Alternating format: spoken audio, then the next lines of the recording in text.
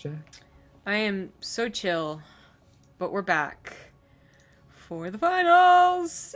Woo! Yeah. One of them at least. Yeah, well, the losers bracket finals will be happening tomorrow. Bly has already been told, basically, go away. You can come back tomorrow. Same with Drogo as well, since they're already seeded into the round 4 because they got so far here. So, yeah, who are we? Wait, who? ShoWTimE versus SortOf. No, I know who we're casting. Shut up. Okay. No, I was thinking who do, who are we waiting to see who faces Wellmu and Strange? Oh, are you asking like who? Oh, we're waiting on the bracket beforehand. I was so confused. I was like, Yeah. there's no more people to be brought down. What's happening? No, yeah. That's waiting on Euthermal versus Nurchio, which I think is tied Oh, up 2-2, and Cool. then Marine Lord versus Snoot, which is 2-0 in favor of Snoot. Yeah, I really would have liked to seen Snoot or well, yeah, Snoot too, but Nurture Euthermal. Oh yeah. It's yeah. I mean, it's not So too late because there are going to be VODs probably. well, yeah. Hopefully someone got it, but I don't know if people did. Well, while we're waiting in the lobby, we'll see that this actually might be our final cast, depending on the timing of things. Question mark? Considering that they both went 3-0 in the semis, I'm going to imagine this will go to the ace match. And that could be fairly long games. So, like, Wellmu, Euthermal could already have played out, whoever wins that. And Strange, Snoot could have already played out. So one of the really cool things I want to talk about, because I got to catch at least a little bit of Wardy's stream while we were waiting for the next series and everything. And just one thing I noticed specifically about ShoWTimE's play versus Petit Drogo's was that he was going for like a much larger number of Phoenix than Petit Drogo would. So he would, normally Protoss players will be like, hey, let's get a 5 Phoenix. ShoWTimE was going up to like 10, 11, 12, 14, even something close to like 15 Phoenix. And that was one big thing. The other thing is he was staying on 2 base for a much longer period of time and getting out more adepts and just like putting on more pressure. And I actually think that style of play could work out really well versus like the roachless, banelingless style that sort of was going for in that last series. Yeah, I know you're kind of nerding out to me during the break about it too. So hopefully that we'll see. I guess the differences like shown to us in this series, as well as what made the Protoss win so single-handedly in the one semifinal and the Zerg so well in the other semifinal. They both lead here, which is pretty cool. Hopefully neither of these guys 3-0 each other. Maybe a little disappointing. Could happen though. I don't know. And the top right as the Red Protoss. He is ShoWTimE. And in the bottom left, we have the blue Zerg player. It's SortOf. ShoWTimE is just like an infinitely better like name to hype than SortOf. Yeah, it's like he's sort of cool, I guess. She's sort of what? Yeah. Yeah. You know what we should start doing? We should start saying like, there's the different players. Some players will say their team names before their names. Some players will say it after. That used to be like a thing, right? So it's sort of, we just say it's sort of Revolution GG. Maybe. I mean, I see his clan tag, right? And I just really have not paid that much attention to it. I'm sorry, sort of. I'm sorry, Team Revolution. Team Revolution. Mobby. Yeah. I feel like there's so many more players that just have clan tags that have nothing to do with their teams these days, and I think that's why we stopped relying on it. Yeah, that's definitely the case. I mean, I feel really bad because Euronics Gaming is still really cool. Like they pick up Nurchio, and that's really great, and the players they have, and then there's Dead Pixels who just pick up Scarlet and all that, and that's awesome. But they don't have the same weights, I suppose, as Evil Geniuses back in the day, or even like Mouse Sports, which Hero Marine is still on. So yeah, I just kind of it's really to a point right now, especially in Europe. Korea is still very team based, right, with Pro League, but Europe and North America is just like you might know 1 or 2 of the teams. Like I know Storm Gaming and Dead Pixels, but it doesn't seem as like impactful as it used to. Like it was such a big deal when they joined X Team. Yeah, it's definitely like much more different. I would say like in Europe, I just feel like there's a lot of there's a lot of the teams that you don't really know a whole lot about compared to what I would say in North America. And maybe this is because I focus a little bit more on North America, but like in North America, I feel like there's like 4 teams and like that's like it. Yeah. And pretty much everyone is either on one of those 4 teams or they're teamless. I mean, I think that has a lot to do with like, this is like problems we were talking about like last night, and just you combine everything and you can see why North America had problems compared to Europe, compared to Korea. But like one of those problems I feel is Europe has always had a lot of smaller tournaments for regions. Like there's the France only tournament, no gaming, and that's awesome, right? And then there's a couple of like German only tournaments or Swedish only tournaments that you don't really hear about unless you're a part of the European scene, but that make it so that one guy who watches those tournaments is like, guys, you're like the best team ever, and you guys suck for not knowing it, and you're like, well, I'm sorry, like I don't get to see those tournaments, my bad. Or like the Vikings TV thing that you did over the weekend, right? Like it got a little bit of momentum going and popularity, but really like not the most, and that just seems to happen more often in Europe than it does in North America. It's like Systrom Gaming lands, and Cheeseadelphia, I suppose, too, but it's kind of far and few between. Yeah. Really quickly, just to note how this kind of game has gone so far, there was a 1 gateway string to Stargate going up to the Phoenix that ShoWTimE was going for. And again, like, this is what I was talking about. ShoWTimE seems to have been going for these Phoenix plays in his previous series pretty consistently. And the other thing that I'm anticipating to happen again is that he's going to go for more than just the typical 5 Phoenix to clean up overlords or do a little bit of harassment. He's going to get up a lot, and that actually allows him to ignore things like sport callers. But if you take a look, SortOf is also kind of just going up for that lair tech like we saw in that last series that he played. And he's not got a Roach Roar, he's not got a Baneling Nest, he's still getting gas, but it seems a lot like he's gonna go for that same style where he goes for the fast Hydros and goes up to fast Lurkers. Yeah. Well, if it's not broken yet, don't fix it yet, I suppose. Now, SortOf, and someone else noted this in chat, so kudos to you, but he's 9-0 in this tournament. Oh. Which is pretty impressive. That's not too bad. He beat a Protoss, a Terran, and another Protoss, of course, in Drogo. So yeah, ShoWTimE, clearly not the nerd baller that SortOf is, has lost a total of 2 games this tournament. 1 versus TLO and 1 versus Marine Lord. Come on, man, step up your game. Yeah, what a loser. Nah, but that I mean, again, this really should be the type of ace match, best of 5. Beautiful finals. It's not just, that one person had the easier bracket or that one person was so much more dominating. They both really dominated the bracket, so in a way they both had easy brackets, and hopefully this is going to be their challenge or whatever. But it is, like we've been saying, very standard from SortOf. I was going to say, as much as like SortOf did that really cool maneuver when you were watching him, Dusk Towers might be a different game, but he is still building Phoenix, so like, maybe it isn't, right? Because Dusk Towers also like that safer, faster third base, because you really can on Dusk Towers, and you might just play more into the map and then save that mass Phoenix for maybe a trickier map than Dusk Towers.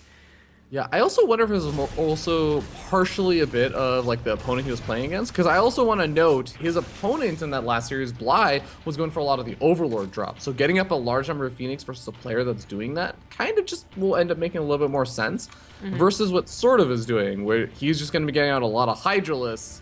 Yeah, Phoenix versus Hydralisk in like small numbers does okay, but when it starts to get to large numbers, you kind of want to invest that into other sort of tech paths. Yeah, that is a good point. Bly is definitely a player that you could probably have a better success rate by playing to him, as opposed to his race or to the maps. But since they're both been so passive, these Phoenixes only doing a minimal amount of damage, they really are getting to that point of like, okay, who has the better macro, I suppose?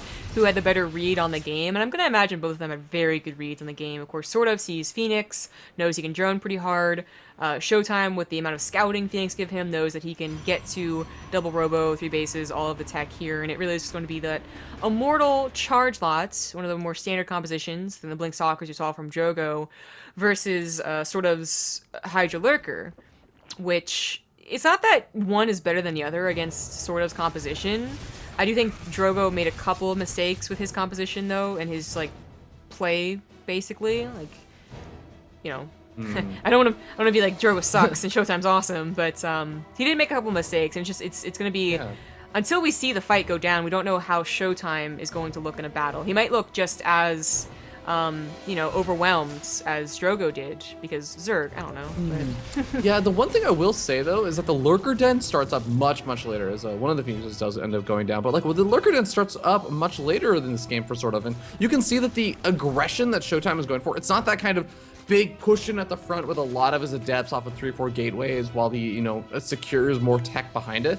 He's going for just light bits of pressure, and he's been very consistently active with these Phoenix. Yeah, he ends up losing like 1 or 2 of them, but if you take a look, he's actually managed to kill about 18 workers across this game, loses another Phoenix, but still has 4 alive. Like, it's not necessarily that he's done absurd amounts of damage, it's that he's forced SortOf to make so many more Hydralisks and delay Lurker Den for a much longer period of time, I think.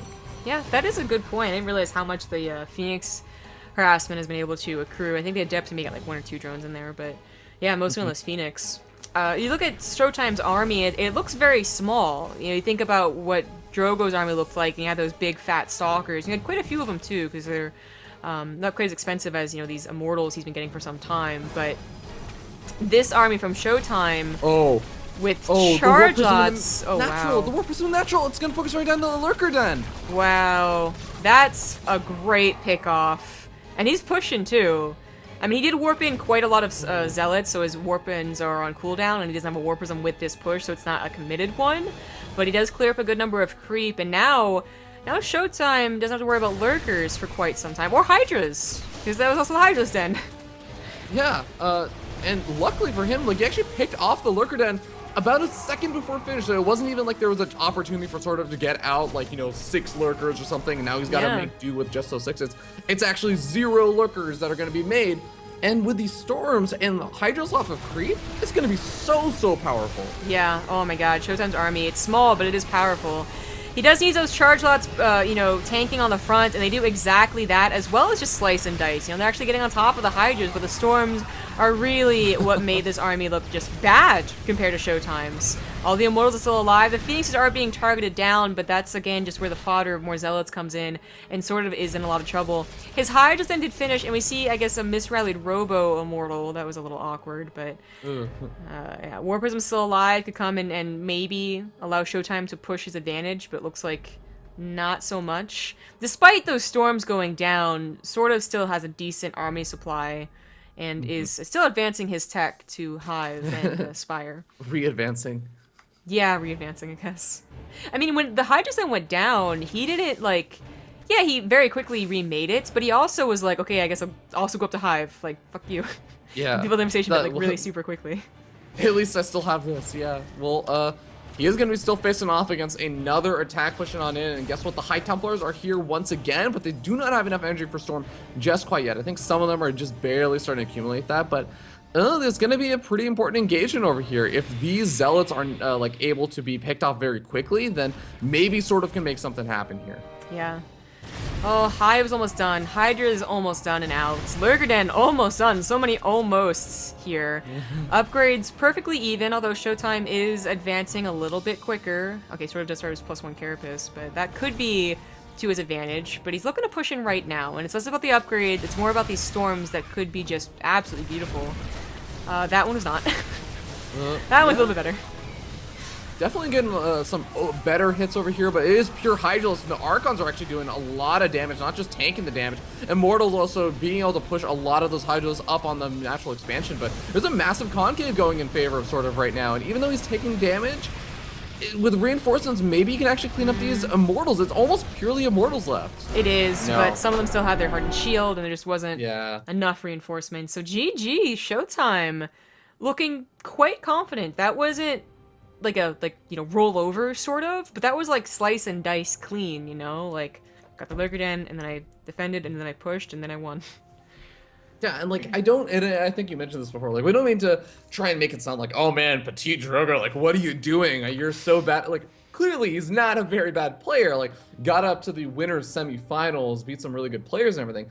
But one of the big things that I think that ShoWTimE has really been able to do in this series that Petite Drogo wasn't is that I think that identification of the right type of aggression has been so important, and realizing, okay, my opponent is like trying to play a little bit greedy with their tech and everything. And this is the right type of like this light aggression in weird ways. Like the lighter aggression actually works out better than like the heavy pushing at the front with lots of units. Like just doing the harassment with Phoenix consistently and even coming with a Warp Prism and Adepts actually ends up doing more damage than trying to push in with your entire army and then ends up losing that, which lets your opponent have more breathing room after you've lost your army, and then they get to play greedier again. I mean, Drogo's also just a different style of player, which is why, like, the different styles isn't, like, I think, worse or better. Like, I couldn't concretely tell you, like, oh, definitely don't go Blink Stalkers. That's the worst. But it is, I actually think it's a harder composition to make work. Like, I'm going to be, like, just, you know, from my view to a Protoss. Whenever I see Blink Stalkers, it's always, like, very just, like, you got to be very careful, and you always got to have, like, very good vision and control over the map, which, you know, you go for what ShoWTimE does, and it can get to a point where it really is just, you know, it's not a movie, right? But Storms look very good, and Mass Immortals can tank a lot more than Blink Stalkers. You know, you make one wrong blink in with Blink Stalkers, and they die very quickly to Hydralisk, where Immortals can, of course... stand out a little bit more. So I think it's just different styles, and ShoWTimE, I think I think everyone in Europe right now is going to admit that ShoWTimE is just looking really, really good in general. So I don't think you have to be in Europe to admit that. Well, yeah, that's true too. But I'm sure that the rest of the players that are like down fighting in the losers bracket, for instance, are probably like, yeah, this looks about right. I see ShoWTimE in the finals. Yeah. Well, speaking of which, we are going to be starting up this game number 2 up here in the top left-hand corner of the map on top of the red Protoss player. It's ShoWTimE. In the bottom right, as the blue Zerg, he is SortOf. And just going for that third expansion because F you, probe.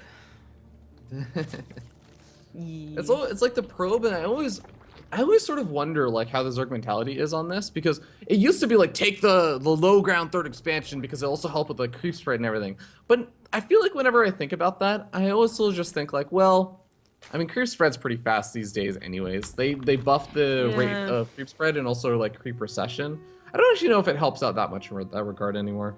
Yeah, I don't think it does, to be honest. Like, we talked about how just creep spread in general seems to be a lot less important in Legacy of the Void overall, because it really, like, the biggest benefit was vision, which is still a benefit, obviously, but also, like, bailing speed, I think, was, like, the biggest thing about the creep spread, and we don't see a lot of Needling Bling versus Terran, and when we see it versus Protoss, it's usually not about their speed, it's about, like, just overwhelming numbers, like the suit does it. But, yeah, I think it really is just the, you know, why not? Legacy of the Void has basically guaranteed 3 base for Zerg and 2 base for Protoss, and even to a certain point, 3 base for Protoss and 4 bases for Zerg. It really has advanced the macro game. There's no longer the 2 base all-ins that are as scary as they used to be, so why not just take this? All right, well, it's going to be another Stargate opening over here from ShoWTimE, and this is actually one of the maps that I will say, like, it's because we talked about this briefly in the last game. Dust Towers is one of those maps that kind of lends itself toward maybe a little bit more macro-oriented play and those kind of things, and this is one of the maps that you can maybe, as a Protoss player, try and delay that third for a little bit longer and go for something a bit more aggressive, especially like that larger Phoenix count, which I was hinting at in the last game and we didn't quite end up seeing. No. And again, it could have been the map, so we'll see on Frozen Temple. A bit of an adept harassment here, but very, very light poking and really just scouting, I suppose. Because Frozen Temple, you know, talking about 2 base or 2 base and a half all-ins, I guess, for Zerg, they exist. They just really fell off as I think Protoss has just got better, basically. And Frozen Temple used to be one of the biggest maps for the creep spread and then Roach Ravager Queen all-in. So I think it's always something you have to be at least a little aware of, in a best of 5 especially, when there's like one freebie, quote-unquote, game that you can try and make something like that work. Which is also the same for ShoWTimE. Like, SortOf has got to be a little bit careful that he doesn't bring out, you know, like a 11-gate Adept all-in. Yeah. Well, Overlord is going to come in over here and try and get a scout out. Not actually going to see almost anything of use. In fact, that Stargate is pretty well hidden, but it finally will get scouted as that's sort of one of the things about the Adept opening, and when you just kind of sit around and go straight up to your tech and you forego a Stalker entirely, you really don't have a good way to actually kill off that Overlord ever. Yeah. But it's a build that ShoWTimE didn't really mind getting scouted. It's always better to keep your opponent in the dark, but it's better when you don't have 10 gateways you're trying to hide. Oracle doesn't do very much damage at all. ShoWTimE... Damn you, Queen buff. Yeah, well, the Queen buff, but I think also sort of just... he built Spore Crawlers, I think this one in the main pretty quickly, and then the rest once he saw the Stargate. Damn you, rooting Spore Crawler buff. Yeah, Actually, right? had nothing to do with And it, but... do you remember back in Wings of Liberty, and I very distinctly remember this because In Control made fun of it, when they changed the Spore Crawler burrow time, and everyone thought it should have been the Spine Crawler burrow time? This was Wings of Liberty back when the 4-gate was so popular. That's the only thing they could think of that would be able to deal with it was Spine Crawlers. And then they were like, yeah, that sounds cool, but what about Spore Crawlers? How about those bad boys? So those things have been buffed twice now. Also in Wings of Liberty, you didn't have a lot of like the really scary, besides like Banshees, you didn't really have to worry about like reburrowing for like oracles and stuff, or you know, a lot of the other aerial harassment units. I mean, I still think that Spine Crawler should have had to change back then. As a Zerg player back then, I was totally just like, this is bullshit. I don't care about Spore Crawlers. Give me faster Spine Crawlers. I also think as a Protoss player, they shouldn't have nerfed my Pylon Warp and Radius, but you know. Oh, it's just a poor baby, and you can't warp it in the high ground anymore. You don't get to say that after just complaining about your Spine Crawler buff that you wanted. I'm a Terran now, I don't care. Man, these oracles are actually getting some nice little bits of damage done. Like, it's not necessarily that he's done an absurd amount of damage, but he's just been able to get really good scouting. He's been able to scout out, again, Lair Tech, Fast Hydralisk, Roach Warren came out, Baneling Nest. It's that same sort of style that we've been seeing from SortOf pretty consistently now. And ShoWTimE, not really going for any Phoenix this game. Yeah, and he's going for Blink, so we brought up the different styles between Drogo and ShoWTimE, and we're going to see almost an exact replica of a game we saw between SortOf and Drogo on this map, in these positions, I think, with a very similar composition, although a bit different, of openers. See how ShoWTimE uses this differently. I feel like those openers are such a big deal, though, because if you recall in that game that Petit Drogo did, he went for the big push out with just a handful of those sentries and I think DT. like an Immortals. Yeah, the DT, and he ends up losing a decent chunk of those units and actually not really accomplishing a whole lot. Whereas this game, I think ShoWTimE has played a little bit more defensive. He's also been able to get his tech a little bit faster.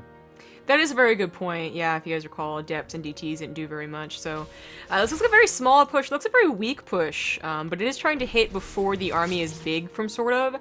Doesn't quite hit it, and he'd really have to find a more abusive position to use those sentries. So this is, I feel, just like a little bit of a fake. Just like, yeah, I'm totally scary, believe me. While he gets a 4th base.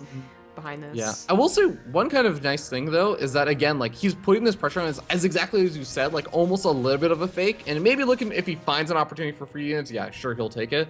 But it's the fact that he's forcing out more of these Hydrals and forcing SortOf to react because guess what? There's no Lurker Den coming out right now. A little scary. Yeah, there we go. The sentries are on the front lines, but they got the force fields down. And then they pop the Guardian Shield. The War Prism comes in at a pretty perfect time to reinforce. Ow. And ShoWTimE just, again, slice and dice and sort of is like, oh, I thought my Hydras are going to do really well. And then they didn't because force fields are good.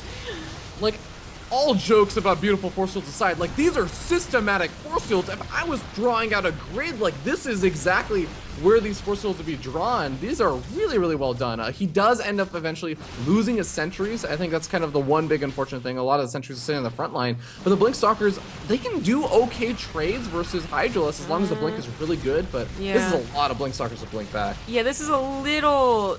Yeah, I think ShoWTimE realizes it too. I think he was very, very close to snowballing. Very close. Oh, that's a really nice stasis trap. That was so cool. It would have been better if it only gotten half Hydras, but I know, still. I was about to say, like, that's the irony. Like, the stasis trap was too good. Right? He could actually throw down another stasis trap and trap these guys in even longer.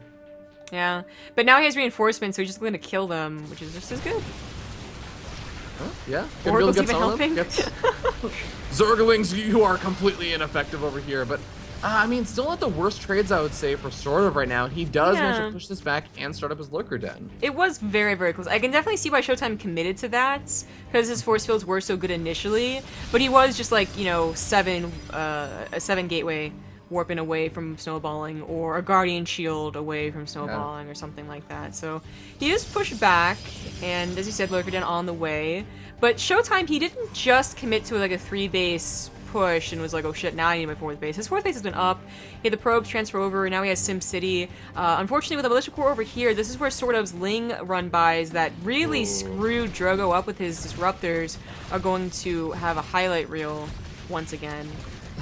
Yeah, there is very much a reason why this 4th expansion does also come at a big risk, and we're starting to see a lot of that risk because there is not a lot of defenses over here, but at the same time, these Stalkers not really finding a lot of luck at the front. Yeah, they might have +2, which makes them drastically better. That took a while to finish, but they gotta be overwhelming numbers or have a buffer like Zealots to take on a pure Hydralisk army.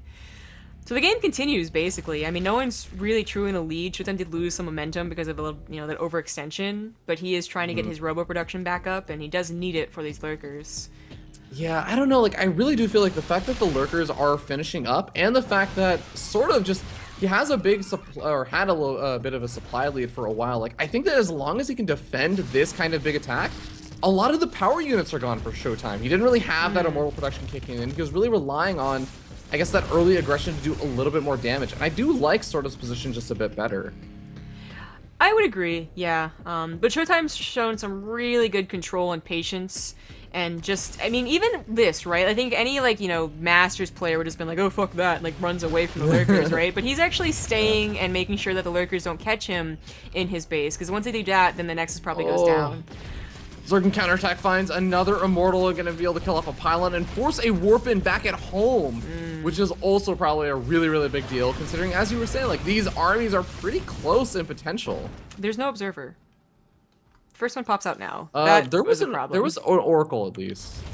Yeah, well, it's dead now. Oh, no, there it is. Oh! Doesn't get all the Lurkers, though, and, yeah, that's still a problem. The Observer's coming on the front lines, though, but seriously, the Robo's being placed at the 3rd, yet the expansion being taken out here seems to be a problem for more than one Protoss. This is the same problem for Drogo that we're seeing here, except Disruptors, it's Immortals.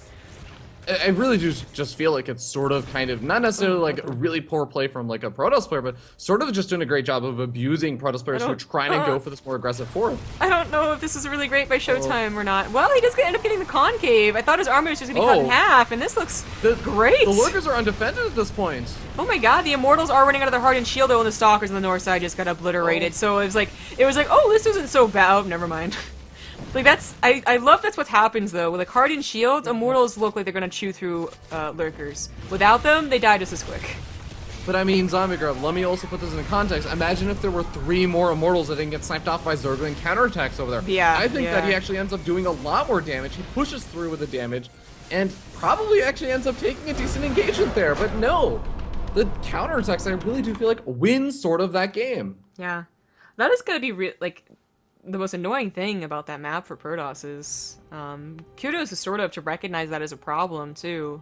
And just keep on pressing that button, but that's, it was frustrating. It's like a commitment, right? It's like a commitment. When you try and take that forward 4th, you're saying, I'm gonna do damage to you and potentially end the game or put you far enough behind that you can't do anything about it.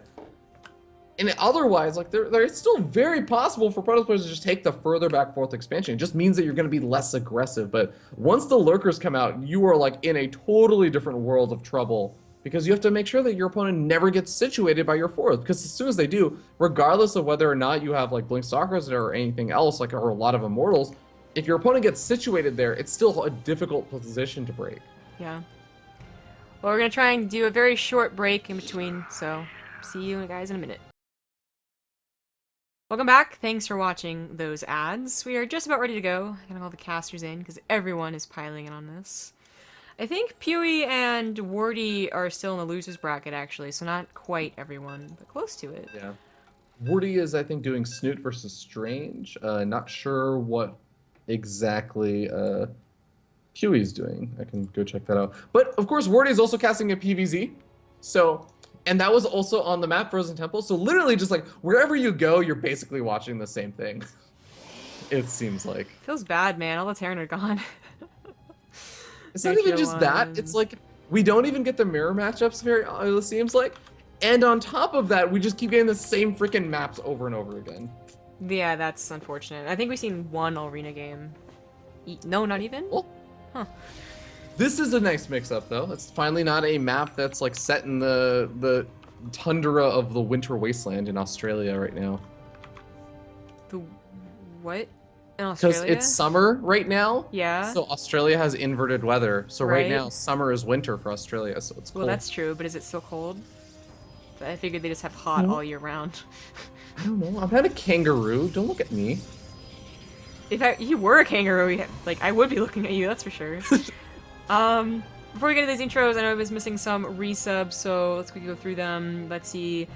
We did Gamer, Finale, I think that's what you did. So ZvP for 14 months, Stone Spider for 24 months, and Denic Man for 11 months. Thanks for all those resubs. Here we go. Game number 3, Ruins of Endion. Bottom right, as the Red Protoss, he is ShoWTimE. And in the bottom left-hand corner, we have the blue Zerg player. It's Team Revolution's SortOf. Everyone bringing up the lack of detection in that last game. It hurt. That is certainly true.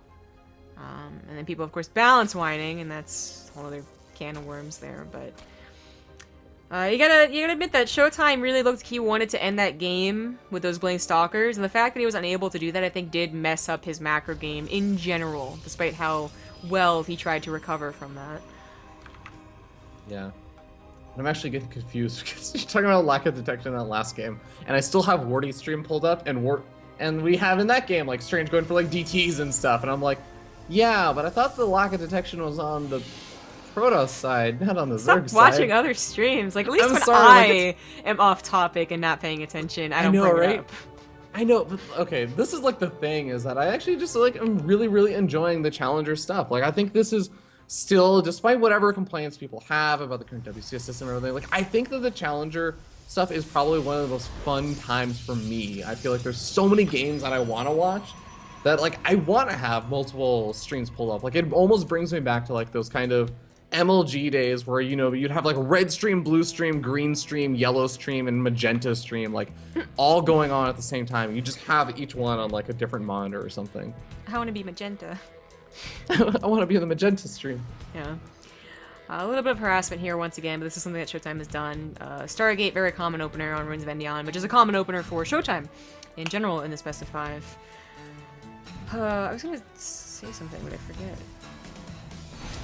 Well, I don't know either, but I will say this is definitely one of those maps where that kind of aerial aggression works out a little bit better in the early game, just because of the rocks. That actually also may play to SortOf's style of just saying like, hey, yeah, I can knock down the rocks, and once I knock down the rocks, like I don't have to worry about a depth pressure for a good long while, besides like Warp Prism harassment and maybe some of the Stargate pressure. So that does allow him to play that sort of greedier style where he forgoes any of the early game Baneling or Roach tech. Yeah. Yeah, Ruins of Endion changing up to that just macro map for sure, as third base is already down, third base is saturating. Sort of breaking down his northern rocks, but I think, you know, because he already saw what the builds look like, it's not that he's scared anymore. Yeah. Oracle comes in, could kill a couple of drones. Phoenix follow up. Oh, he's gonna kill more than a couple. Ooh! Oh! Yeah, there's no sport crawlers Or this queen. game. There the queens are. Yeah. So 7 8 drone rich kills. Wow. 8. That's, I mean, it's gonna be a few 9. more, yeah. Maybe a Ling? No, he's not gonna work. Kill a Zergling! No. Well, I think even scouting out that the Zerglings are knocking down those rocks is kind of like, oh, are you thinking about grabbing like a really fast 4th expansion up in the top left or something? Well, their tech is going to finish up, and SortOf is going to be able to throw down some sort of form of tech, and he is getting up a Baneling Nest this game. Oh, big deviation. Yeah. Really liking that Ling Hydra. No Banelings added, so he's had, of course, a lot of gas to put just more into Hydralisk and eventually Lurkers. But if he's going to go for Baneling Hydra, it is going to be a lot of gas into those Banelings. You could go mass Banelings like Snoot, like just nothing but Banelings, but he could also just add in a key amount to get rid of the fodder, you know, at the front, whether it's Adepts or Zealots. But ShoWTimE, not just a fluke on Frozen Temple, going for Blink once again. I do find that even if a player is usually Charge Lot Archon, Ruins of Endion is one of those Blink Stalker maps. So it's not too surprising. You take this 4th base, which he's already cutting down. You break the rocks here. You hope they take this 4th base, but it's not always a given. Either or, you continue to pressure like ShoWTimE did last game, but ideally actually win off that pressure, which he just barely was unable to do. Yeah. Phoenix is also going to come in and actually get a pretty decent scout on everything, including the Baneley nest that was actually thrown down this game for once. Sees one of the Hydros also popping out and is going to see a couple of the Banelings being made. So I think that should also be kind of enough information for him to say, like, I should not go for a depth pressure. Not that he was planning to in the first place. Like, as you mentioned, getting a Blink, this is going to probably be a better composition to deal with the Banelings anyways. Yeah. We've seen, I think it was ShoWTimE, actually, go for Charge Lot Immortal against a Baneling player and make it work. Very surprisingly, he kept his Charge Lots back and only got them into the game when the Banelings were all gone and the Hydras were the only thing left to kill, and it did work. But it was very, very dangerous, and at any point the Charge Lots run forward, they all just die, and they're quite useless. So I do think that Blink Stalkers in general are going to be that easier, better composition against them. Gonna guess Disruptors. We've seen more Colossus play lately, but still not that much. Yeah, I would imagine so as well, especially since Disruptors versus Hydros just actually work out rather well, and you are also preparing for the Lurker transition. That's the other thing. Like, you can lose your detection, but Disruptors still don't care. They can still at least fire some stuff off. But we'll end up seeing Lurker Den is coming down, and Disruptors are getting started 2 at a time. This is going to go to a sort of more macro-oriented late game. And I really do like SortOf's position for the 4th expansion. It's what you were talking about before. So many Protoss players push on that south side, and I love when Zerg players just don't let the Protoss players do that. Yeah. I remember what I wanted to bring up, by the way. This is our last cast, I think, for the European Challenger. The rest of the games are already being played out in the losers bracket, so at best we'd be able to catch like the last game of one of those, because this is still going to go for one more game at least. So just confirm. So if you do want to catch the tail end of those series, we'll probably host whoever's left, or just look on Team Liquid, and we'll be back later with the North American with Fear Dragon. Yay! And Tempo apparently. Yay! And Tempo said yes apparently when I asked him during the break. Well, that's great, Dan. All right. Well, Infestation Pit's going up really quickly over here for SortOf. So we might actually be seeing a pretty fast Hive tech coming out. Yeah, a bit of a difference here. I think we saw SortOf one time try and get to a Greater Spire, but then one before we really needed it. And that was also like a bit of a reactionary one, it felt like, where he lost his Lurker Den. He was like, I need to do something to advance my tech a little bit quicker. Yeah, that's true. Oh, there's a Spire and Hive once again. These Zealots are not the best upgraded, plus they're only just finishing soon. I think they're still going to get this hatchery, though. It looks like it. Not enough Hydras came back fast enough. That's a pretty big deal, losing that 4th expansion like that fast. Well, you gotta consider it was like 600 minerals for 300, and SortOf isn't exactly being pressured on all sides, and you can't find the minerals to replace it. So while it is a lot of time not to be mining with 77 drones, it is somewhat easily replaced. Looks like they both have really just, they scouted each other, they realized where this game is going, and even though ShoWTimE has a Phoenix or an Oracle over here, not scouting anything in the main base looks a little odd. He is just predicting the Hive, so he's already got the Fleet Beacon and Stargate on the way. Yeah, both these players actually just really gearing up for that late game very quickly, but in the south side, we do have the rocks being knocked down. First set of rocks is already knocked down, second set of rocks is starting to get knocked down. All the Disruptors are sitting there and waiting for the moment those get knocked down, so they can fire off some big shots, but this is something actually I was talking to both Game Time and Nebe about, and it was something that they were saying, like, Zerg players that try and push through this choke oftentimes just end up taking really bad engagements because it's a choke point versus Disruptors. You're basically forcing your Lurkers to clump up, and look at this, he's already starting to lose a few because his army isn't really all in one place. Yeah, I don't know about SortOf being the one to tear down those rocks. I think in the future, if this game really does go to like 20 minutes, then great, you have another avenue of attack for your Lings, but ShoWTimE was not, out of position or anything like that. Oh, Jesus! Okay, well, keeps all of his Stalkers alive. Only loses shields on most of them, so it's not the worst thing in the world, but that got really dangerously close to an absurd amount of damage. Yeah. Results on this third base. A Spinecrawl and a Queen is here to help, and maybe It's a not couple gonna do Lings. Yeah, if he's reacting to it, that's different, but he's trying to break down rocks while also trying to be like, okay, I don't want them to kill my lurkers, so he's having a hard time splitting his units quick, but it looks like he'll still be able to save it. These are only Lings. Maybe not. Yeah, there's these are the plus Hydras. 2 weapon zealots, and there are no carapace upgrades whatsoever. Yeah, the Hydras come in, though, and looks to be enough Lings. This weapon shot doesn't seem to do a whole lot, so I don't think I didn't see any bodies on the floor. Yeah. But that is a lot of disruptors. He went to 7 and didn't even notice. So certainly enough to keep sort of off of his back while he gets that Tempest count up. And this is actually something you and I were talking about yesterday when we were talking about, you know, things to discuss, maybe like the summon stuff, but like late game Protoss does get to that really scary point once you start getting up those Tempests and you have disruptors or like High Templars on the ground. It really does become, I think, difficult for Terran Protoss, Zerg, all to deal with that very, very late game Protoss. Yeah. Yeah, I really think it favors Protoss a little bit, but it's difficult to get to that position. You know, it's very hard to practice 20-minute games. Because if you say it's going to be a 20-minute game, then that already alters things drastically in practice. So it might just be that Zergs haven't figured out the correct way to deal with it, but I feel like once there's a good number of Tempests, Storms and Archons, Zergs do start to fall behind. But we'll see if it even gets there. The High Templars still aren't in, play here. No Templar Archives, and the Tempest is only helping out, but sort of leaves his lurkers. So Tempest or not, it didn't really matter. 'Cause his army went to go defend this, and while it did, it doesn't matter. This is TTs and Zealots. Base trade? Base trade. Base trade high! Yeah, Ace Ways By the too. way, this is a best of 5, so even though it's tied up 1-1, this is not the match point game, not a ace match. So, well, there's a lot of DTs involved over here for ShoWTimE. Oh, no. There's only one Overseer. Jesus. Oh god, these disruptors. Those are some pretty good Oh shots. god, the Hydralisk. Oh god, that helps so much. Well, there's only 9 Hydralisks left over. Tempest's hype. Yeah, I think that sort of has got, or ShoWTimE has got this game. He's up 30 supply, but it's better supply too. It's more abusable supply over like range and whatnot. And he's losing bases a lot faster. He lost his natural, lost his 4th base, is losing his main, where ShoWTimE has only lost his 4th base.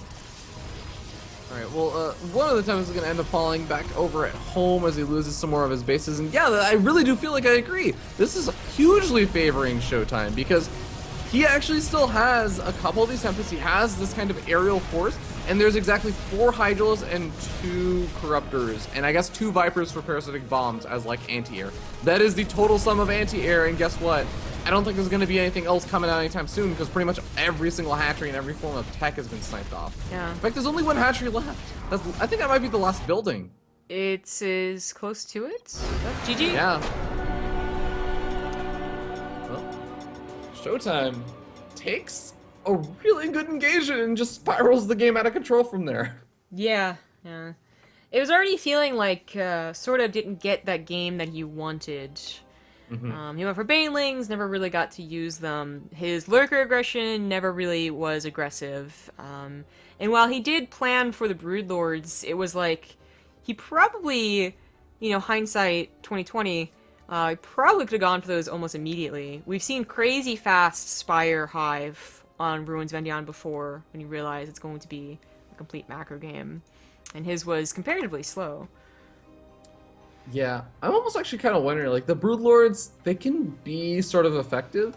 In those situations where, like, the Protoss player is trying to, like, they're trying to get up their 5th expansion, which I think is a really big, really important expansion to, like, think about when you start talking about PvZ on, like, Runes at Endion. That 5th expansion is always going to be pretty far off compared to, like, the rest of your bases, while the Protoss player is also trying to push in at one angle. Do you feel like maybe Mutalisks, like, not even, like, a ton of Mutalisks, just, like, a handful of, like, 10 or like 12 Mutalisks moving around and just doing harassment, trying to pick off disruptors where they can, everything. Do you think that might have been like potentially a good answer to like buy more time to get up to Greater Spire? Maybe. Rogue, when we cast him in the Ting group, he dominated, first of all, as expected. The only invite back to do so, by the way. Every other invite has so far lost, but Solar hasn't played yet. But yeah, it was very odd. Most serves that we see are very committed to either banelings or lurkers, either one. So there's still some variety, but did I decline that? Okay, there we go. But Rogue actually always would get a Spire around the time that, like, the other players are dedicating a lot to lurkers. And I figure it's because maybe the Korean Zergs they've already admitted or already realized that late game Protoss is just a little too strong if you try and match them Broodlord to Tempest. So meter transitions might be stronger.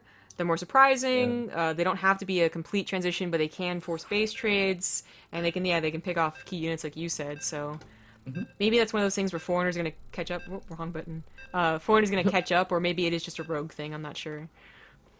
Yeah, I'm not sure either, but we are going to be heading into match point at this stage, where currently ShoWTimE is up 2-1, and is just one game away from winning not only $1,600 for the first place prize and making it out in Challenger, but also, of course, that WCS Summer Championship qualification, where you will be able to go to DreamHack Montreal for the Summer Championship.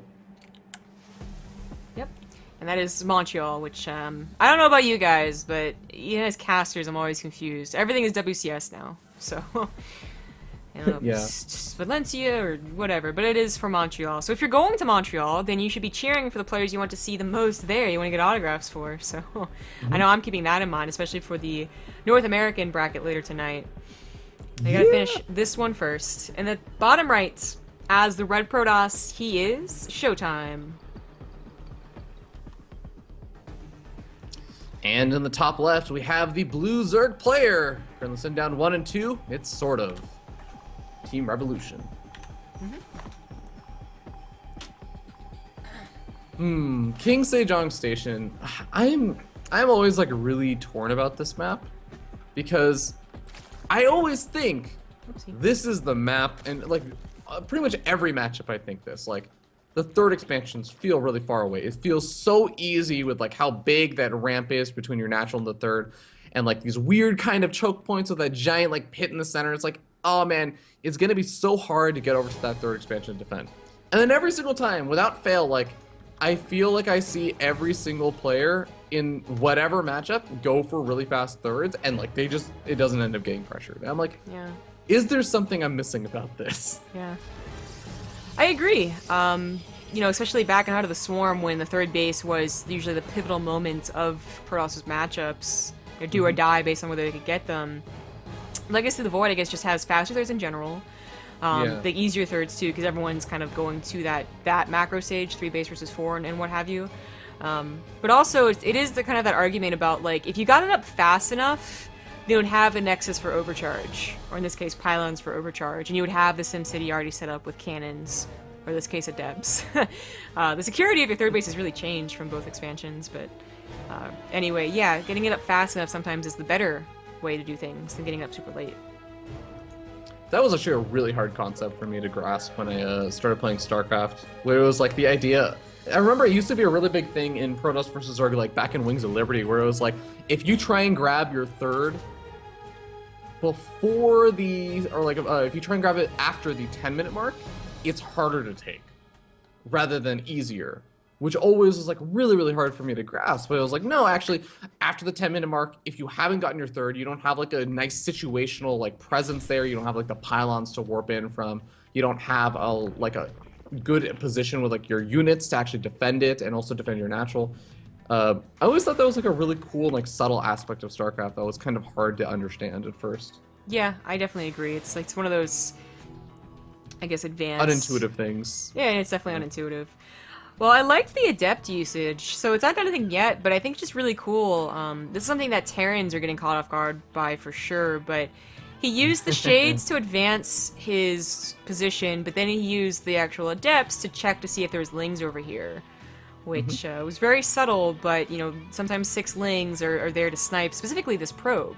So he even brings an Adept with this probe, and it's going to take a very secure third, so that's just a small thing. It's pretty cool. Over gets in here and gets a pretty good scout. Everything's at the front, though, so oddly enough, like, the most obvious position is the hardest to scout. Another Overlord is going to be able to come in, though, and once again, ShoWTimE doesn't really have any Stalkers out. He's just been making all these Adepts that have been trying to put on a little bit of pressure. And those Adepts are actually still hiding over at that 4th expansion, and I think SortOf is now on the hunt for them, but he's not quite going to be able to find them. I mean, I'm not going to say that it's like, oh, you know, this is a terrible spot to hide or anything. It's a pretty nice spot, but I really do feel like this is a pretty common spot to hide your Adepts these days. Yeah. This Alnaga, I think, sees it. Barely. Yeah, he does finally see it. I don't actually think it's a lot he could do about it right now. You don't really want to try and engage those Adepts at that choke point. Yeah, that's certainly true. It's a fairly safe location than just chill. And it's potential 4th base location, too. Really, there are quite a few choices on King Sejong. Some could be argued to be better than others, but it seems also will be just up to the Zerg player individually. If it's this base, or maybe this base. Ooh. Well, Adepts do shade their way into the 3rd expansion. Going to be able to kill off 4 or 5 drones, maybe get a 6. It doesn't look like they're going to be able to. Trying to time it up at the same time that the Oracle was moving in, but just, I think, like 2 or 3 seconds mistimed. 2nd Oracle is going to be coming out, though, and has the potential to do some damage. Transferring drones, always nice. Yeah. Just 3 of them. 4, 3, 3. Oh! A little bit of miss micro on that one. Oh well. Yeah. Queen range, maybe if it was up to 9 range, it would have killed off that Oracle. Like that sub, man. If only Queens had more range. It's always gonna be relevant. Alright. Quick charge here. Quite quick. Yeah, that's actually a pretty good point. We are finally seeing the robotics facility also being thrown down, so maybe just gearing up to start up that Immortal production. Definitely a little bit on the later side, but I agree. Like, the quick charge, I wonder if that's going to be to try and put pressure on, like, a 4th expansion that might try and go down. Ooh, there's a very quick Templar Archives, too. I wonder, you know, you see something like this, and you might be like, you know, oh, it's a pretty fast Twilight Council research. But I think most servers are going to just predict, especially since the games have gone this way, charge lot Immortal, right? But what if it's only charge lot Archon with a ton of gateways? That was an all-in that has existed for the last 6 years, but has various moments of, you know, goodness versus terribleness. And it can still be a complete surprise, which I think is where it's really powerful. Absolutely, and I think, like, the biggest thing about that is that it hits so much earlier, right? It's, you know, you're going to have 9 gateways that are now going to be finishing up, and with all those charge lots and Archons, it's going to be really, really hard, actually, for SortOf to get up the defenses if he's expecting that kind of mid-late game army instead. Where's the Templar Archives? Oh, it was in the back. He never got there. Yeah. It's also researching Storm. He's actually, I think this is a 2nd robot he's getting up, so I think he is going to be adding on the Immortals. He's just focusing on getting, like, the Observer and, like, the War Prism and everything else out. I guess this isn't the fastest Storm. On Dusk Towers, he also got pretty fast, but I figured that was because it was Dusk Towers, you know, and he basically, you know, okay, we're both going to macros, let's just advance our tech as quick as possible. But with the War Prism, I feel like the possibility for warping in Archons could have been there, and, like, the mass charge lots. Doesn't... Yeah. Well, maybe. I don't know. It's not seen, so... He doesn't worry about the defense, too, I suppose. And that's where all his High Templars went, so that's not it. It's a lot of charge lots, though. Yeah, I think ShoWTimE, it seems like he's going to play it out a little bit more standard, but I think the War Prism is going to be able to kill off this Lurker Den again. Best towers all over again, it really is. Goes for the lair now. Lair tech. Oh my god, shit. He focus fires down the lair tech, and if he gets this, okay, you know how delayed. Okay. I like realized what was gonna happen. Delayed lurkers for like even just more Hydros from coming out for so long. I think that actually might have been a game-ending move because remember, SortOf is not the kind of player that's been going for like roaches or banelings or anything else. There's literally only Zergons he could have made until he got up another layer. Yeah. Well, this is almost deja vu, almost, but. King Sejong has one big difference over Dusk Towers, you know? Okay, so they both got up to 4 bases pretty easily, and it was, you know, it's a macro game, but there are many more avenues of attack for SortOf, you know? There's the right side, left side, middle, rocks broken down. Of course, this is exactly what's happening here. Left side a little undefended, so might even have to cancel that base. He is going to cancel it. That was almost done, too. That's harsh. It definitely hurts. Yeah, just like a handful of Zerglings causing so many problems. This is something that we kind of saw a little bit on Frozen Temple, where like just a small subset of Zerglings able to pick a Protoss player apart that is kind of too spread out in his bases. And that is sort of the nature of this map. King Sejong Station is not a very friendly map to taking 4th and your 5th expansions on. Mm-hmm. You can definitely go both ways. If this army is ever going to push out, and it is starting to push out, then SortOf is going to kind of be pushed into a corner. But his Lings can always try and dart around. In fact, his Lings got into the main base somehow, I guess through the natural. Oh, Stasis Trap tried to get them. That's really cool. I really like that. Instead of Rocks or Sim City, Stasis Trap's also really cool. Probably needs one over here too, since he is going up through the middle. Probably could use one as 4th, because he's going to lose his 4th potentially again to... Yeah. Looks like he'll clean up. Yeah, okay. But I definitely agree. Stasis Traps right here would be very useful.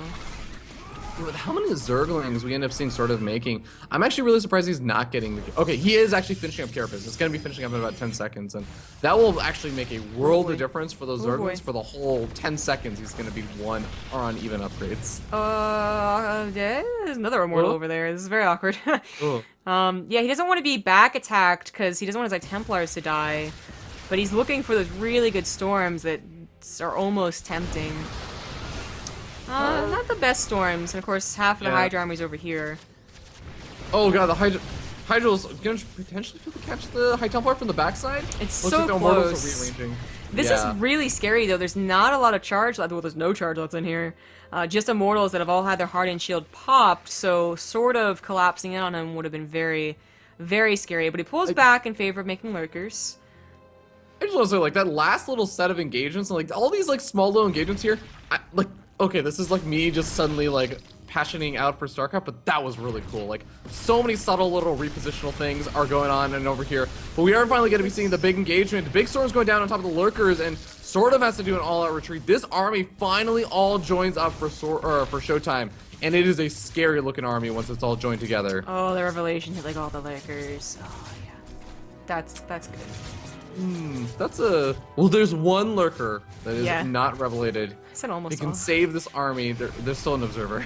Yeah, that's right. I did highlight that on the screen. There is an Observer, but it's only one, you know, so Revelation certainly is that backup. War Prism doesn't quite die, so we can come back later. Lings are denied by a charge lot wall, basically. And of course those charge lots do have the +2, but +1 Carapace on the Lings. Hydra's now come in here. God. Some of these had Revelations, so ShoWTimE knew about it a little bit in advance, but another base trade? Well, maybe a literal base for base. This is another one of those situations, though, where like I think eventually enough charge lots and Immortal Warp or Warpins and everything will be able to clean this up. And I'm really concerned because those Lurkers are basically by themselves. If ShoWTimE just walked up that ramp, I think he would kill off every single Lurker. Yeah, I don't know about retreating all the way, but his third base now is under attack. He's trying to morph in Archons. He spots the Lurkers, and he just doesn't know if there's a lot behind it. And there are a couple of Zerglings behind it, but I think that SortOf is kind of getting slightly better traits from this. If he can escape out with these Hydralisks, I think he's going to be okay, but if he doesn't, I feel like he may just lose to a big counter swing. That's what ShoWTimE, I think, was trying to do when he came back here. Now, he splits his army, which is very important, because SortOf was also splitting his army. The Oracles, there's left behind, which could be a very big deal. Again, there's only one Observer here. Just action going on everywhere. This army gets demolished by the Hydralisks. This army gets caught a little by a Lurker and has to go up a ramp against more Lurkers. It's a bit of it's a sandwich with this army, but ShoWTimE's other army is coming forward, and I don't know who this is going to look better for. I think the big thing that I really like... Oh, these Oracles. Hype!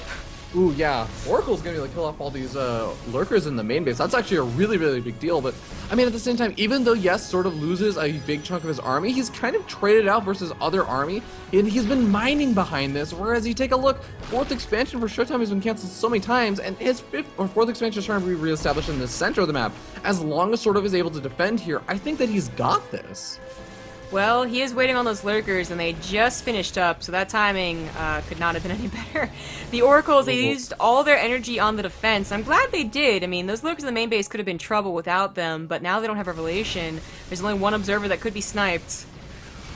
Oh, there's a lot of Immortals in the mix over here, and even drones being pulled right now. Yeah, I don't know if ShoWTimE really wants to push into that. He realizes that too and backs off. Yeah. It's like you were saying before, right? The Immortals, they look like they're going to be this powerhouse that just doesn't give two damns about the lurkers, and then their shields wear off, and it's like, oh, actually, I'm gonna start losing all of them. Yeah, I'm gonna be very careful. War Prism, which has barely been alive this entire time, is trying to do some damage with warpings, but ShoWTimE, he really can't afford 7 zealots that don't do anything, and they really didn't here. War Prism's like still that alive, was though. another 2 expansion attempts that he actually just sacrificed and really didn't accomplish a lot with. Yeah, at least his expansion is up. Fully, that is, full yeah. minerals too. Maybe he needs to start getting the gas guys over there at some point, but I guess he actually has more gas than he has minerals just because of those zealot warpings he's been doing. I think also really key here is that his immortals have been dying. His Archons have, his High Templars have, and that, you know, there's a lot of gas, but his immortals haven't had to be reproduced at like a emergency rate, we'll call it. Right. He has been able to keep in the middle of this map and look at least threatening. Well, we do have sort of just trying to reestablish, or establish, not a reestablish, but establish a new expansion as a, I guess, 5th expansion. Cleaning up the War Prism drop in the main base and still just trying to deal with this army that's pushing at the front. The Storms are doing a lot of damage, and the Immortals are able to tank most of the Lurker shots. Oh, the Observers though, oh, both of them go down. That sucks. Okay. Well, 5th Revelation's base, still there. Nope. No. No 5th base for you. Just ShoWTimE, just deal with what you've got right now, man. Just deny your opponent's 5th expansion too. Well, a Dark Shrine coming out. I really like this. This is perfect for these kind of scrappy situation games where both players are kind of being split up in a lot of different locations. It's not just for the offense of like maybe able to kill off workers or kill off an expansion. The defensive mechanisms for Dark Templar cleaning up like these kind of Ling run-bys or, you know, lurker harassment and everything is huge. I think that actually plays an enormous part in how effective the defense can be. Haven't talked about upgrades in a while. Sort of did prioritize the Carapace a little bit. ShoWTimE on his +3 is feeling comfortable enough not to get armor. Tempest are on the way though, and that's a bit of a reach considering how hard he has of a time getting expansions, and this one Ling is dealing some serious damage. If he is able to get up to Tempests, that would be a bit of a trump card. Now, 1 or 2 Tempests still isn't the greatest thing in the world, but he can get to like 4 or 5 and maybe like abuse a cliff or something like that. That is a lot of free damage. Yeah, absolutely. And I mean, we were even just talking about like DBZ late game. You start to even if it's slowly but surely, like building up those Tempests does kind of get you closer and closer to that end game where he's already got Archons, he's already got Immortals, he's got the High Templar that can, I guess, be a substitute in or out for the Disruptors. But oh, good Blinding Cloud going down. Oh yeah, my God. Run. Storms do have a kind of counter, I suppose, so they can't really run into each other, and disengage does happen. This 5th base is necessary. All the other bases are gone except for this newly established 4th, so it's got to go back up to at least 2 base mining. Similar deal for SortOf though, you know, his 3rd base is only barely mining. This base about as healthy as ShoWTimE's, I suppose, and quite even on the economy. It's got dangerous. An army on the left. The Archons and the Zealots are not actually spraying down. The Zerglings are attacking him. Archon still does +3 though. He's gonna be able to get some good damage done. Lurkers are unburrowed, and they are thrown down with Revelation, but ShoWTimE doesn't want to commit into that. Yeah, it's still a bit of a choke and not in his favor. The Lings are cleaned up, but the Hydras came in and cleaned up the Zealots and the Archons. Oh. The 4th though? The 4th is pretty vulnerable right now. Maybe? No, the Hydras would be able to get back in time. Yeah, I was unsure what 4th you're talking about. Yeah. I was gonna mention that SortOf has had Hive for a while, Oracle. and that's why we still see the newest expansion. Oracle goes up to 17 kills because it kills off every single drone over there. Yeah, nothing droning over here. That's pretty good, but I thought the fight was about to happen. And it might still just happen. I mean, the Blinding Clouds are once again ready, but there also are about to be like 6 storms, so 5 storms, so that is always something scary for SortOf to get into. But yeah, he's had a Hive for a while. That's why he has the Vipers. He's also starting to use that Hive for upgrades. 1 Tempest is a freebie, and also a bit of a scout, I think. I'm not sure if SortOf saw the Fleet Beacon otherwise. He did it. He did. Oh, this positioning is not going to be going well for ShoWTimE, who's very out of position. He's got all of his army over that center expansion, and now his natural expansion might end up going down. And that might not seem like a big deal, but losing potentially the Fleet Beacon, the Stargate, and the Dark Shrine definitely is a loss for him. You do have to recognize, though, that when the Nexus and the Fleet Beacon falls, that's now Storms on top of a choked up SortOf, so it's like, it's a very dangerous position for both of them. Yeah. Blinding Clouds are going to be very important, but also so are feedbacks. The feedback potential It's actually pretty big right here. Yeah, I was gonna say, the blinding clouds would definitely screw ShoWTimE over, but those storms are there, the feedbacks are there. Nexus goes down, but it wasn't important at all, and this just gives more room for ShoWTimE to maneuver and take out this army, and this is a very important army for SortOf. Blinding Cloud does go down. Blinding Clouds, they still managed to make their way out, but I mean, as you were saying, this army is still really scary for ShoWTimE, but his immortal shields are gone, and he loses almost every single immortal. He does lose every immortal. Oh no, he can't clean up. Oh no, the High Templars! High Templars, where are you going? Oh, and the Zealots, everything goes down. Oh my god. That wasn't that bad of a spot for ShoWTimE until that moment. Yeah, he should have backed off with the Immortals and waited. He should have definitely not thrown the High Templars in there. And now he has to restart from 0. His mineral bank is not bad, but he never took the gases here. So his gas bank, his Archons, his Immortals, they're almost impossible to replace. Charters aren't bad because most of the Lurkers did die, but there they are, the rest of them. One Tempest can slowly poke away, but it's still not that much damage. I think SortOf's got this game. And he's going to take out the center base. There's still one other mining base on the bottom left-hand corner, but that's pretty much it. And there's going to be more lurkers morphed in. There's plenty of observers to detect, and that's not going to be the big concern, but wait a second. Dark, okay, no, there's still overseers with the army. If the overseers got picked off, maybe like a massive orbit of DTs would help out, but I just don't think even that would do enough damage quick enough. Yeah, that already almost happened, so SortOf will be very attentive to that situation. Without this base, ShoWTimE can't get any gas. They can't get another army. This one Tempest is gonna have to be the true hero. Micro, to the best of your ability, man. You got this. Last fight going down. GG. No. SortOf ties it up 2-2. Wow, I really thought that game was slowly building up for ShoWTimE. Not SortOf. But that moment on the natural was a big deal. Okay, that moment really sucked, but I will say, like, I kind of nerded out about this as, like, I had this, like, moment of revelation of, like, I actually want to go back and rewatch portions of that game, because, like, there was, like, one of the things that a lot of people complain about is kind of, like, in StarCraft 2 compared to, like, Brood War and everything, this is, like, be a big argument that I'm sure you'll love, Brood War versus StarCraft 2, right? But one of the big things that people like to talk about is, like, the effectiveness of your army. How effective can you be with like repositioning the individual micro in the midst of the battle, and how much more value can you get out of your army? And I feel like with that game we saw like so many random like small positional readjustments in like how your army was formed, like the armies coming in around from the backside, like Hydral's trying to cut off the High Templar storming to zone them out, and then the Lurkers trying to come in from the other side while the Immortals are like, there was so much going on positionally in that game. And even like from the smaller scale, like positioning in a small area on like one sort of screen to see the army moving around to like get better like concaves, etc. But even just like the larger positioning where we saw like players trying to pull each other apart, like I think that was such a cool game positionally. Like if there was still day 9 dailies, maybe like even just pig daily, like I want to see just like a pig daily on that entire game on positioning and like rearranging and using your vision to like figure out where to put your army in that game. That was so cool. I'm actually really excited about that.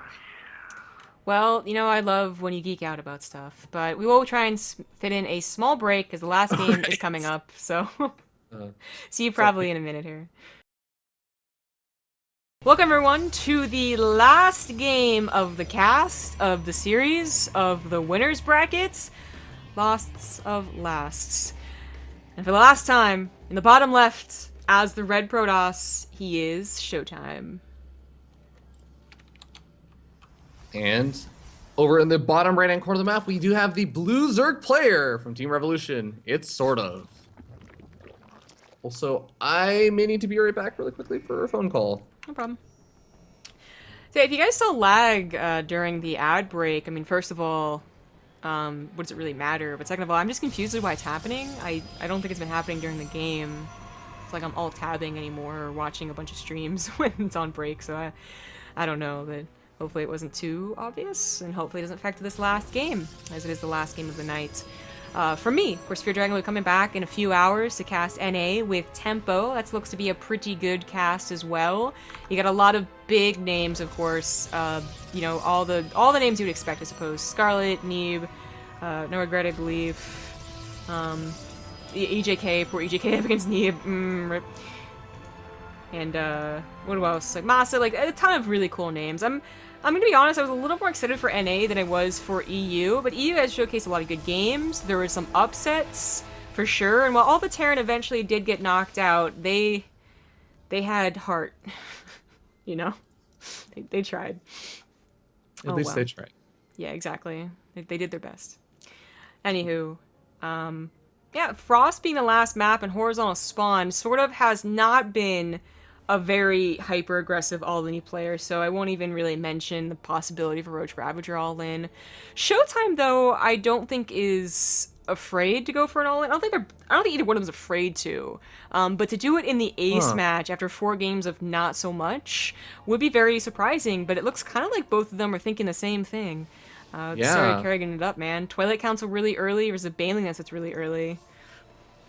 Well, this is going to be horizontal spawn Frost. It's not going to be too long of a distance between the two bases, and this could get really dicey very, very quickly.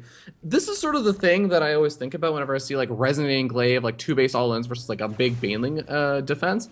I kind of feel like Protoss players have gotten better and better about making sure that they are actually shading in and they split up their shades. Yeah. And they actually try and split them up on top of the Banelings themselves. Yeah. So they end up actually doing pretty good trades versus them. Like after that, you have to be very careful, make sure your Adepts don't just get surrounded by all the Zerglings and everything. But like there's still very much a potential for Adept players to actually make this work. Yeah, it went from like Banelings shut Adepts down and like it's laughable and you know QQ Banelings are overpowered to Adept splits being overpowered versus Banelings. So, believe it or not, even with the Banelings already coming in here, I feel like if ShoWTimE could just get production, which is the key thing right now. Warp Gate only just finished. His gateways haven't finished yet in terms of Warp Gates. If he could get that production, I think he has a solid shot here. He splits up the probes to try and make sure the Banelings would at least waste themselves on him, but they're not. They're going for those Adepts. Mothership Core isn't out either, and that's a pretty big deal too. Oh no, the main base. Oh dear, the main base. Losing a lot of workers over here, and remember, there are, even if there aren't a lot of drones behind this, there are in fact 3 bases right now for SortOf, so he can actually bounce back from this. Overcharge on maybe the wrong pylon. I could definitely see why he didn't do this one, because it looked like it was going to be splashed by the Banelings, but unfortunately, what could have saved those Adepts instead just was over to the left. The natural probes were split up, and they didn't all die, so it's still even workers, but I think this has already snowballed a little too much. He does get, that warp in for the wall, man, that was clutch. Probe something out too, gonna try and keep it alive a little bit longer. I think he has held for now, but more Banelings could come in. Yeah, there's more Zerglings and Banelings being made right now, and ShoWTimE tries to go back to mining gas, go back to mining minerals. Resonating Glaives has been finished up now, so I mean, these Adepts are also going to be a little bit more effective. Sentry does get warped in. One Zergling makes its way in, but I mean, this is going to be so important. The force field, there's only going to be maybe 1, maybe 2 force fields available. Nope, it's just going to be 1. Where does it go? One force field. Oh god, it does barely really cover the pylon. The Banelings still go off. Oh god. I think that if he had just been patient, he may have been able to make it work there. Yeah, maybe. That still was pretty clutch either way. That was all the Banelings for round 2. Is there a round 3? Not so much. SortOf doesn't have that much gas for a round 3, and Lings won't be able to break this wall, so ShoWTimE has just about done it. Now the question is, how does a macro game look beyond this? Like you said, 3 bases for SortOf. He decreased ShoWTimE's probe count to something similar to him, although it has been consistent and is back up in favor of ShoWTimE, but can there be a macro game behind this? I think it's going to be really weird. SortOf is still mining gas, and I think that's really important to note because, yeah, normally a 3-base Zerg player mining gas is not that weird or going up to layer tech, but when you're sitting on 24 or 26 workers, 3 drones mining gas is 1/8 of your economy. That's a pretty substantial portion of it, especially when you're trying to play catch-up in terms of workers. So I really do feel like, yeah, we're seeing Burrow coming out from SortOf.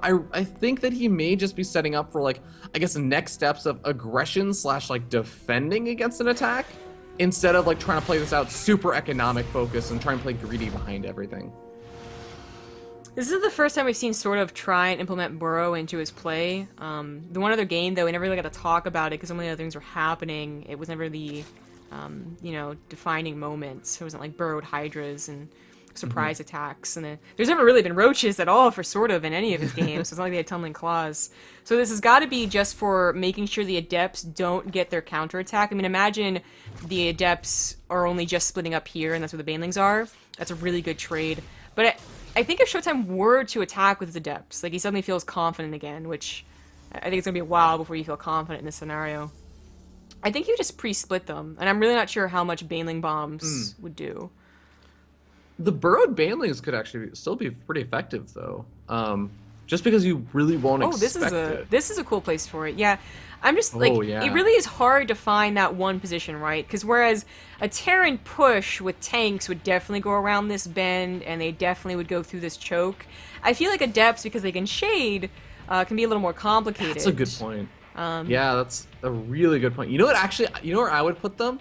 I would put them in my mineral line. Yeah, I mean it sounds silly, but like 2 in each mineral line is better than a spine crawler in each mineral line. That's a response we've seen from other Zergs too.